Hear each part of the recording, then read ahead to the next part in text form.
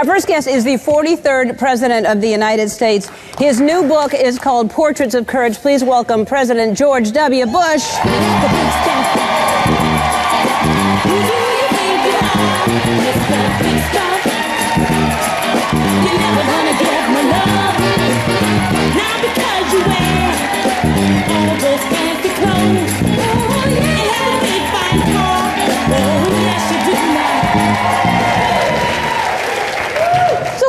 Dancing. It wasn't committed to it fully, but it was a little bit of dancing. Yeah.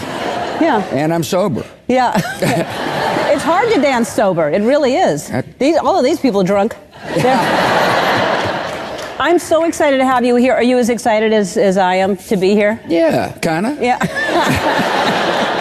No, I am. People don't know this, but my daughter Jenna and you are good buddies. Yes, we are. And so my attitude is, if you're a good buddy of Jenna, you're a good buddy of mine. She's a lovely girl. Your whole family. Your whole family. Yeah, she was on the show, and we called you, and you answered the phone. You actually picked up and talked to us while she was on the Yeah, and show. I was actually the president. Yeah, I know. In the treaty room in the White House. That's amazing. Yeah. We were very excited that you picked up. Well, thank you. Yeah. I love your whole family, your dad and your mom, and I know we're both in the hospital recently, but then they were at the Super Bowl, so I was happy. Unbelievable. Yeah. So they're good. Yeah.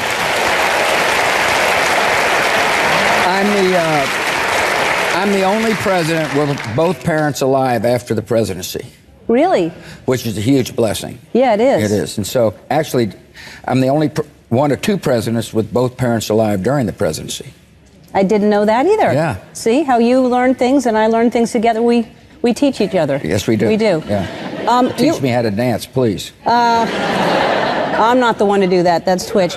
But really, I do love them very much. But you have, when you left office, and you've pretty much stayed out of politics. You kind of went and lived your life, which is great, I'm sure, and more relaxing. But I have to ask you what you think of what's going on now. Well, I think this isn't the first time our nation's ever been divided. I remember what it was like when I got out of college. There was a Vietnam War and a draft. There were major race riots. There was political assassinations. The president was nearly impeached. And a lot of people thought the country was going down the tubes. And it turns out we're too strong to go down the tubes. And so I'm very optimistic. Good. But yeah, I'm out of politics. You know, my whole view is I don't think it serves the nation or the office of president to have a former president criticize his successors. Mm-hmm. And so I'm happy to be off the stage, except this one. Yeah, thanks. Thanks for being on this stage. So this is a concern, though, for me. I'll bring it up, and this is not political. This is really something that I think is important. Obviously, the media was not, great to you. They're not great to most presidents. The media is tough. You expect them to be tough. But Trump is raging an outright just war against all press and not allowing press to do their job, which I think is a very dangerous thing. Well, here, I said something the other day, and of course the headlines were Bush criticizes Trump. Here's what I believed when I was president, post-president. The nation needs a free and independent press. And the reason why is that power can be very corrupting. And we need a press corps to hold politicians to account, including me. Mm-hmm. And, I didn't like it sometimes when people said things that, about me. But, that's the job. I always viewed I'm going to drop a big word on you. Symbiotic relationship. Ooh. Yeah. 4 syllables. Yeah. Don't ask me to spell it. All right. And that is, I needed the press to get the message out, and they needed me to make news. And so. But it's very important. I mean, I think it is very important. We need to hear from everybody, and then it's up to us to figure out, So I used to tell, a lot of these tyrants when I would visit with them as president, that they needed to have a free press. And I would point to our country as an example where, power doesn't make you immune to criticism or to corruption investigations. And so, I'm a big believer in the free press, just like I'm a big believer in free religion. You can worship or not worship, and you're equally American. Yeah. It doesn't matter how you worship or who you worship.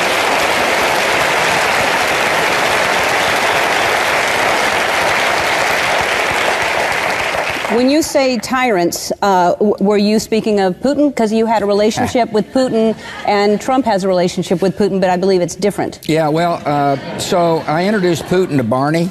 You remember Barney, the little Scottish Terrier? Yes. The little guy yes. had legs, and he kind of dissed him. He looked at him like, you think that's a dog? Anyway, so a year later, Putin says, would you like to meet my dog? Laura and I were with Putin in his dacha outside of Moscow. I said, yeah, I'd like to meet him. And out comes a giant hound, kind of loping across the birch line yard. And Putin looks at me and says, bigger, stronger, and faster than Barney. And, you know, it speaks volumes when you listen to what somebody says. And so, in other words, he's got a chip on his shoulder. Yep. Yep. And so, yeah, I had a contentious relationship with him. And I think whoever the president is going to find out that Putin will push and push and push until somebody stands up to him. Yeah. So Trump should get a hound. Not bad. You're good friends with Michelle. I am. Yeah. Yeah. She and I have, you know, I'm kind of a needler, and she handles it pretty well. Yeah. Oh, yeah.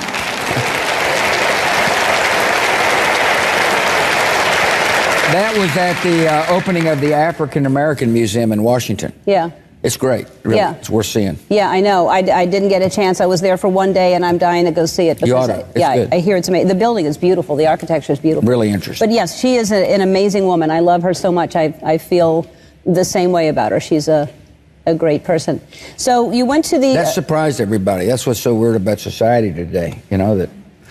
Well... people on opposite sides of the political spectrum could actually like each other. But are you that close? You're closer to her than Barack? Well, let's put it this way. He's never given me a hug that way. Yeah.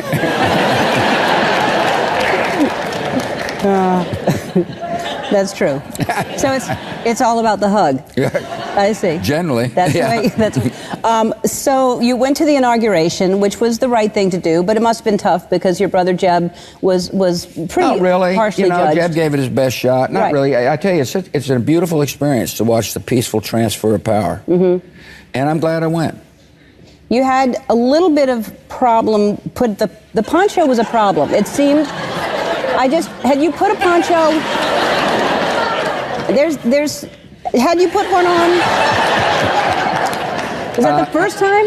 Yeah. It's first time putting a poncho on. It looks like it, that's for sure. I feel like... I feel like it runs in the family. It really must run in the family because your mom had an issue with the poncho also. It's genetics. Yeah. All right. I want to make sure that doesn't happen again. So, hey, Zener, will you bring out the gift? There's a... All right. What you do... Here. And all you do is this end up... and you can put it on. Yeah. All right.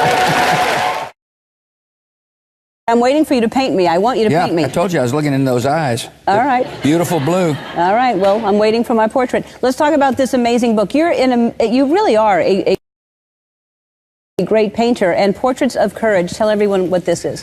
I've gotten to know a bunch of warriors since the presidency and ride mountain bikes with them or play golf with them. And I decided to paint 98 portraits because I wanted to tell their stories. Our veterans are a unique asset for our country. And we need to not only honor them, but to the extent they want help them transition from the military to civilian life. And this book calls attention to what works and what doesn't work, for example, in dealing with post-traumatic stress and traumatic brain injury. And all the proceeds go to the Bush Center. Thank you. The Bush Center in Dallas, Texas, all for our vets program. We have some of the vets in the audience with us today. Thank you very much for your service. Thanks for everything. Yeah, we got Jake and Danny. These are guys I know. They're friends. I painted them.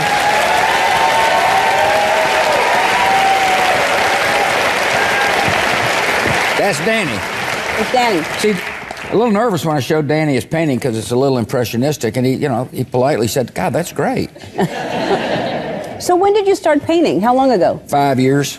Really? Yeah, Recently? I was agnostic on art, and got a little bored, and I read Winston Churchill's essay, Painting as a Pastime. I said, hell, I'm going to paint. He was good. Yeah, he was good. He was really good. Really good. And so I hired an instructor, and the art community wasn't exactly my base of support when I ran for office. And so the instructor was slightly nervous. She said, "Your objective?" I said, "There's a Rembrandt trapped in this body, and your job is to find him." And so I started painting. I paint all the time. Really? Yeah. Every day? Yeah. I mean, they really are. You're really talented. I can't believe you just started 5 years ago. I painted, these are painted with a lot of passion. I cannot tell you how much I admire these men and women in this book. Well, the book is fantastic, and like we said, the proceeds go to the foundation, which helps the vets. I learned that you just got a puppy. You rescued a puppy recently. I did, yeah. Yeah. So I don't know if you know this, but I have a line of pet supplies and pet toys. And awesome. Things like this. Oh, that's big. So I want to give you. It's Freddie, right? Freddie. All right, and I have toys for Freddie. I have a bed for Freddie. So all of this is going home with you. All right? I knew there was a reason why I came. Yeah, it's free Freddie. stuff. Yeah, free stuff.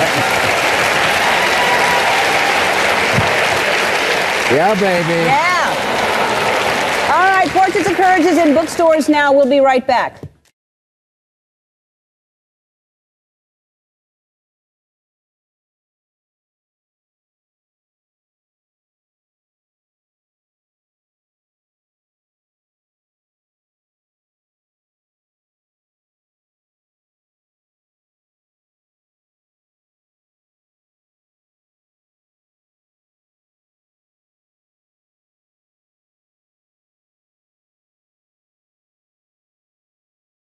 Yeah.